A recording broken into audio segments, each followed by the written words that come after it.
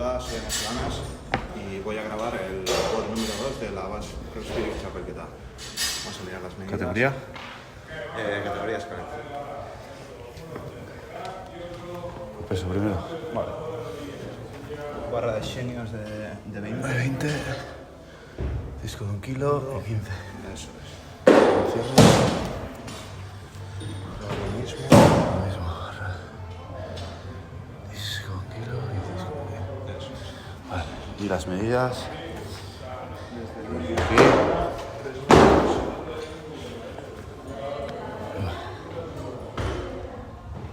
Tres. En otro sentido.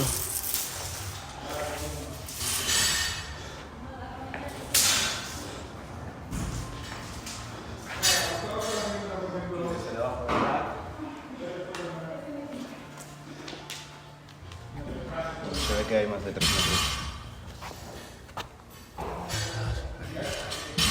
Vale. Ya está llegando. Sí, ahora puedes.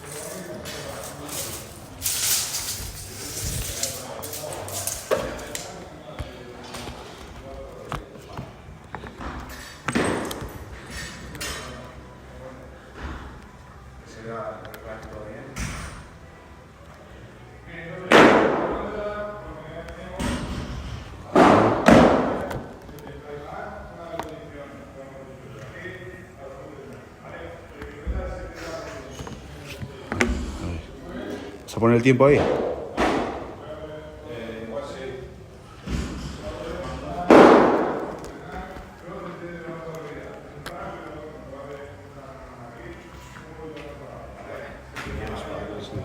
¿Cuánto es en? Este está en 10, este está en 15, ¿no?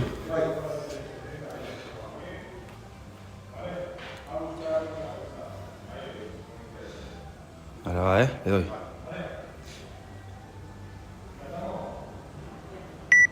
15, 14, 13, 12, 11, 10.